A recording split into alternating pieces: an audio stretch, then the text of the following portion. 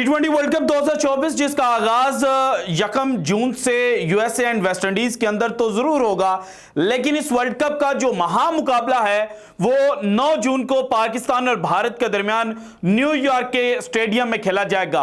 और अभी तक अगर देखा जाए तो भारतीय क्रिकेट टीम जो है वो अनाउंस हो चुकी है, लेकिन पाकिस्तान का वर्ल्ड कप 2024 का स्क्वाड क्या होगा इसके आगे अभी तक सवालिया निशान है। और आज जो पाकिस्तान क्रिकेट बोर्ड ने दौरा आयरलैंड और दौरा इंग्लैंड के लिए 18 रुकनी स्क्वाड ऐलान किया है, तो इसमें से अब एक गैस लगाया जा सकता है कि 15 मेंबर स्क्वाड जो है वो ये बनेगा और 3 लड़के जो एक्स्ट्रास के अंदर जाएंगे जो वर्ल्ड कप 2024 के अंदर ट्रैवलिंग रिजर्व के तौर पर शामिल होंगे, वो हसन अली, सलमान अली आगा, ये तो कंफर्म है। और इसके अलावा इरफान खान, नियाजी और आजम खान में से कोई एक खिलाड़ी होगा। सो दैट मींस कि अगर ये 3 लड़के ट्रैवलिंग रिजर्व के अंदर आ जाते हैं तो बाकी हमारे सामने जो 15 मेंबर स्क्वाड है वो आ जाता है। और इस 15 मेंबर स्क्वाड को जब भारत के साथ कंपेयर किया जाता है, और खास तौर पर आज की वीडियो में जो बैटिंग कंपैरिजन मैं आपके साथ शेयर करूंगा, तो उसके बाद चीजें जो हैं वो सामने आ जाएंगी कि किस टीम में कितना दम है और 9 जून को अपनी बैटिंग के थ्रू मुकाबला कौन सी टीम जीत सकती है।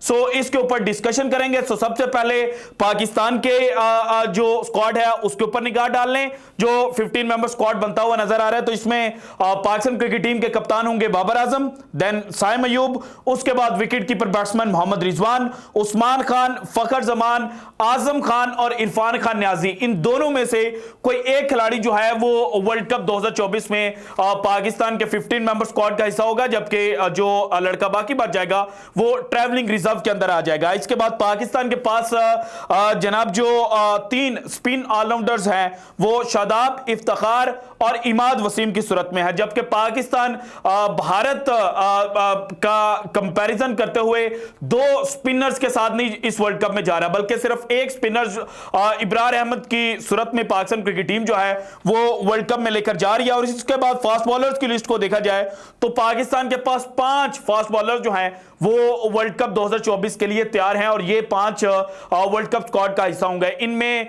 शाहीन शाह अफरीदी हैं जो पाकिस्तान की पेस बैटरी को लीड करेंगे। इसके बाद मोहम्मद आमिर हैं जिन्होंने 3.5 साल के बाद अपनी रिटायरमेंट विड्रॉ की। उसके बाद नसीम शाह हैं, देन हारिस रऊफ जो अभी इंजरी से रिकवर करके आए हैं, और उसके बाद अब्बास अफरीदी, ये भी पाकिस्तान को वर्ल्ड कप 2024 के अंदर रिप्रेजेंट करते हुए नजर आएंगे। जबकि भारतीय स्क्वाड को देखा जाए तो यहां पर भारत के पास बैट्समैनों की जो लिस्ट है उसमें रोहित शर्मा इनके कप्तान, देन ओपनर जो सेकंड होंगे वो होंगे यशस्वी जायसवाल। उसके बाद नंबर 3 पोजीशन के ऊपर खेलते हुए नजर आएंगे विराट कोहली, देन सूर्य कुमार यादव हैं, उसके बाद ऋषभ पंत हैं, then Sanju Samson wicket keeper batsman के तौर पर खेलेंगे। इसके बाद भारत के पास वो चीज है जो पाकिस्तान का 15 मेंबर स्क्वाड के अंदर पाकिस्तान के पास मौजूद नहीं है, और वो हैं फास्ट बॉलिंग ऑलराउंडर। और भारत के पास इस 15 मेंबर स्क्वाड के अंदर 2 फास्ट बॉलिंग ऑलराउंडर हैं, शिवम दुबे और हार्दिक पांड्या की सूरत में। इसके बाद भारत के पास 2 ही स्पिन ऑलराउंडर हैं जो रवि जडेजा और अक्षर पटेल की सूरत में हैं।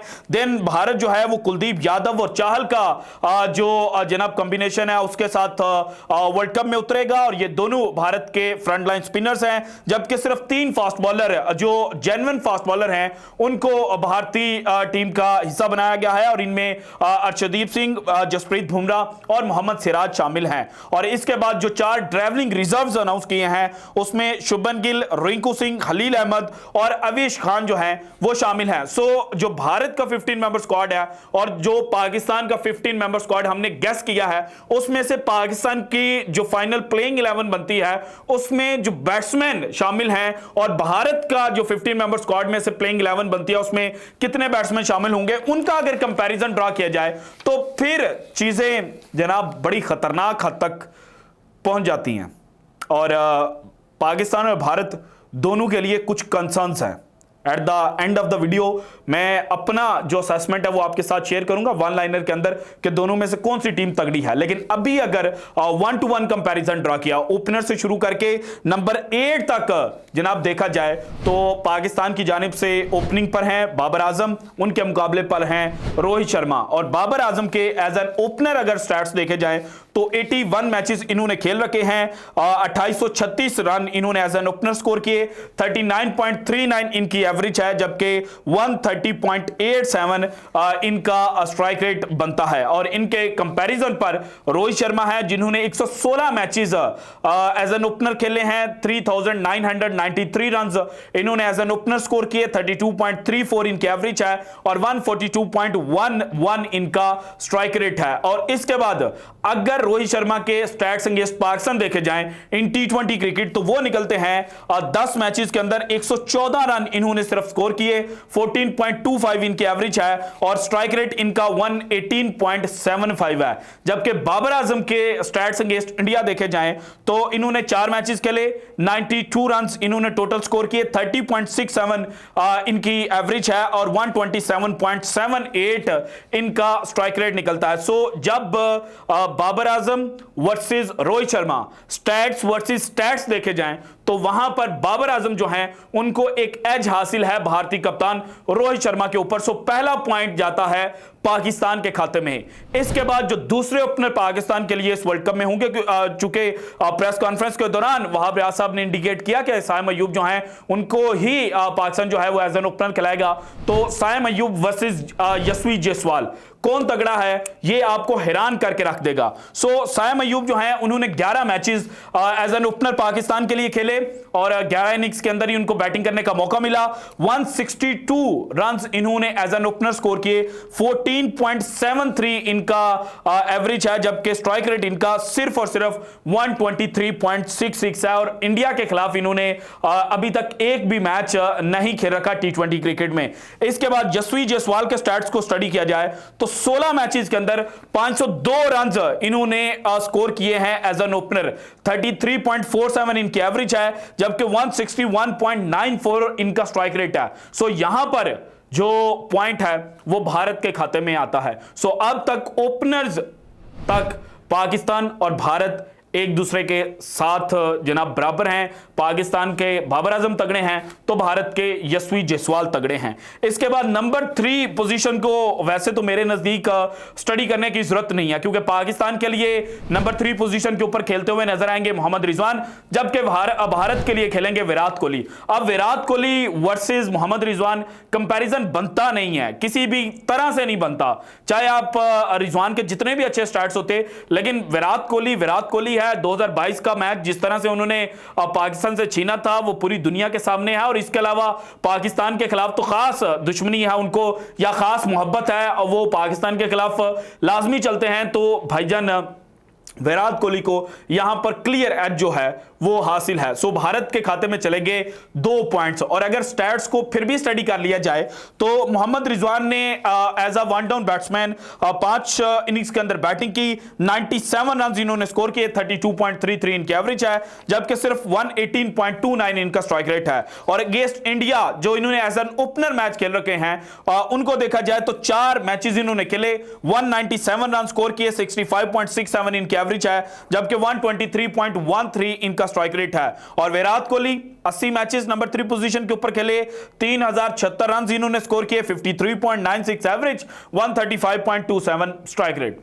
कमाल का स्ट्राइक रेट, कमाल की एवरेज। और अगेंस्ट पाकिस्तान देखा जाए तो कानू को हाथ लगाने का जो दिल है वो करता है, क्योंकि 10 मैचेस के अंदर 488 रन इन्होंने स्कोर किए हैं, 81.33 इनकी एवरेज है। और स्ट्राइक रेट थोड़ा सा कम है इनका जो ओवरऑल कैरियर स्ट्राइक रेट है, लेकिन जो इनकी एवरेज है वो बताती है कि जनाब ये एंकर रोल प्ले करके अपने इर्द गिर्द वालों को कहते हैं कि आप जरा खेलें, और ये गेम को डीप लेकर जाते हैं और डीप लेकर जाने के बाद ये मैच को फिनिश करके रख देते हैं। सो भारत को अब तक 2 पॉइंट्स जो हैं वो मेरी नजर में मिल चुके हैं। इसके बाद पाकिस्तान के नंबर 4 पोजीशन पर बैट्समैन होंगे फखर जमान, जबकि इंडिया के लिए होंगे सूर्या कुमार यादव। अब फखर जमान के स्टैट्स को स्टडी किया जाए नंबर 4 पोजीशन के ऊपर तो 10 मैचेस इन्होंने खेले, 271 रन इन्होंने नंबर 4 पोजीशन के ऊपर स्कोर किए, 27.10 इनकी एवरेज है, जबकि 155.75 इनका स्ट्राइक रेट है। और इनके मुकाबले पर सूर्या कुमार यादव ने 35 मैच खेले और 1402 रन स्कोर किए, 50.07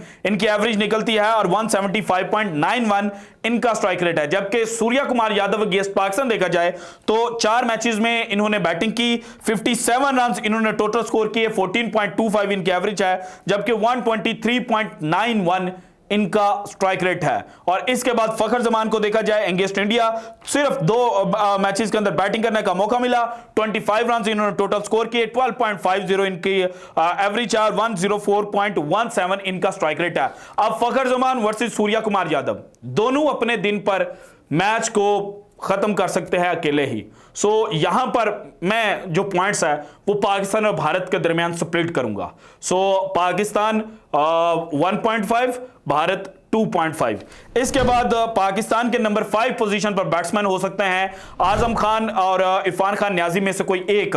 तो आजम खान का अभी तक का जो इंटरनेशनल कैरियर है उसमें इन्होंने भारत के अगेंस्ट कोई मैच नहीं खेला, और ओवरऑल अगर इनके इंटरनेशनल T20 कैरियर की बात की जाए तो 7 मैचेस के अंदर 29 रन, 4.83 एवरेज है, 90.63 स्ट्राइक रेट है। जबकि इरफान खान न्याजी ने 2 मैचेस खेले, दोनों में नॉट आउट रहे, 48 टोटल रन स्कोर किए, 126.32 इनका स्ट्राइक रेट है। जबकि इनके मुकाबले पर जो भारत के पास बैट्समैन हैं वो हैं पंत साहब, और पंत का एक्सीडेंट हुआ था, जिस तरह से आईपीएल 2024 के अंदर इन्होंने परफॉर्मेंस दी और अब इंडियन टीम के अंदर जगह मिली है, तो ये फर्स्ट चॉइस विकेट कीपर के तौर पर खेलेंगे।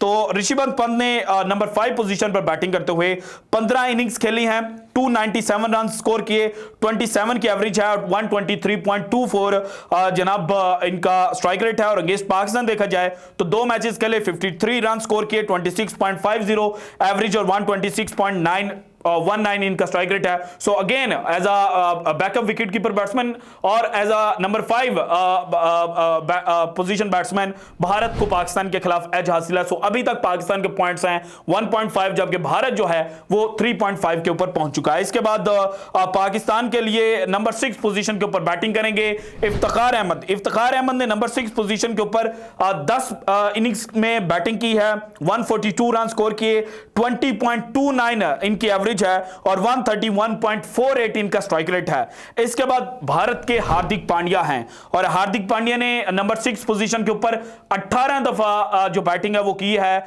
और 317 रन इन्होंने स्कोर किए, 22.64 इनका जनाब एवरेज निकलता है और 118.73 इनका स्ट्राइक रेट है। लेकिन जब हार्दिक पांड्या की पोजीशन को चेंज किया जाए और नंबर 6 की बजाय नंबर 5 पोजीशन के ऊपर बैटिंग करवाई जाए तो वहां पर इन्होंने 36 इनिंग्स खेली हैं नंबर 5 पोजीशन पर, 805 रन इन्होंने स्कोर किए, 30.96 इनकी एवरेज है और 148.25 इनका स्ट्राइक रेट है। सो अगेन भारत जो है वो इस फास्ट बॉलिंग ऑलराउंडर की कैटेगरी में पाकिस्तान के खिलाफ एज हासिल करता हुआ नजर आता है। लेकिन जब अगेंस्ट पाकिस्तान स्टैट्स देखे जाएं हार्दिक पांड्या के और इफ्तिखार के अगेंस्ट इंडिया, तो वहां पर पाकिस्तान को एज मिल जाता है। सो अगेन ये जो पॉइंट है वो मेरी नजर में स्प्लिट होता हुआ नजर आता है। सो इफ्तिखार ने 3 मैचेस इंडिया के खिलाफ खेले, 40.50 के एवरेज के साथ 81 रन स्कोर किए और 142.11 इनका स्ट्राइक रेट है। जबकि हार्दिक पांड्या ने 5 इनिंग्स के अंदर बैटिंग की, टोटल 84 रन स्कोर किए, 21 की एवरेज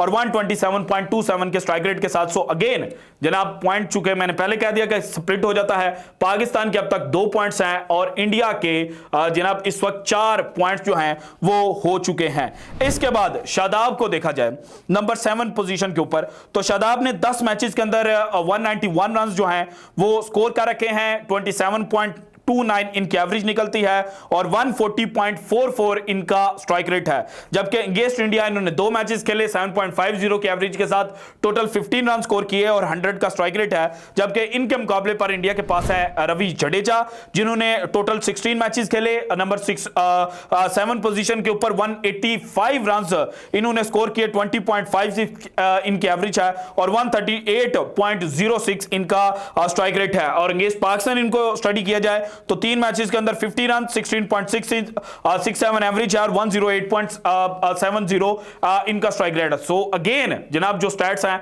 वो कोई बहुत एक्स्ट्रा किस्म के नहीं है। सो अगेन यहां पर जो पॉइंट है वो स्प्लिट हो जाता है। इसके बाद इमाद वसीम पाकिस्तान के लिए नंबर 8 पोजीशन के ऊपर खेलते हुए नजर आएंगे। इन्होंने नंबर 8 पोजीशन के ऊपर 6 मैचेस के अंदर 62 रन बनाए हैं और 177.14 इनकी एवरेज है और इंडिया के खिलाफ एक ही मैच खेला और उस मैच के अंदर भी इनको बैटिंग करने का मौका नहीं मिला था, और वो मैच था 2021 के वर्ल्ड कप का, जब पाकिस्तान ने 10 विकेटों से भारत के खिलाफ कामयाबी जो है वो हासिल की थी। जबकि इनके मुकाबले पर भारत के पास है अक्षर पटेल। अक्षर पटेल ने 2 मैच इनिंग्स के अंदर बैटिंग की है नंबर 8 पोजीशन के ऊपर, और 14 रन जो है वो उन्होंने स्कोर किए हैं, 14 की इनकी एवरेज है और 87.50 इनका स्ट्राइक रेट है। जबकि अगेंस्ट पाकिस्तान इन्होंने एक मैच के अंदर बैटिंग की, 2 रन स्कोर किए, 66.67 इनकी जनाब स्ट्राइक रेट निकलता है। सो अगेन यहां पर नंबर 8 पोजीशन के ऊपर जाकर जो पॉइंट है वो पाकिस्तान के खाते में आ जाता है।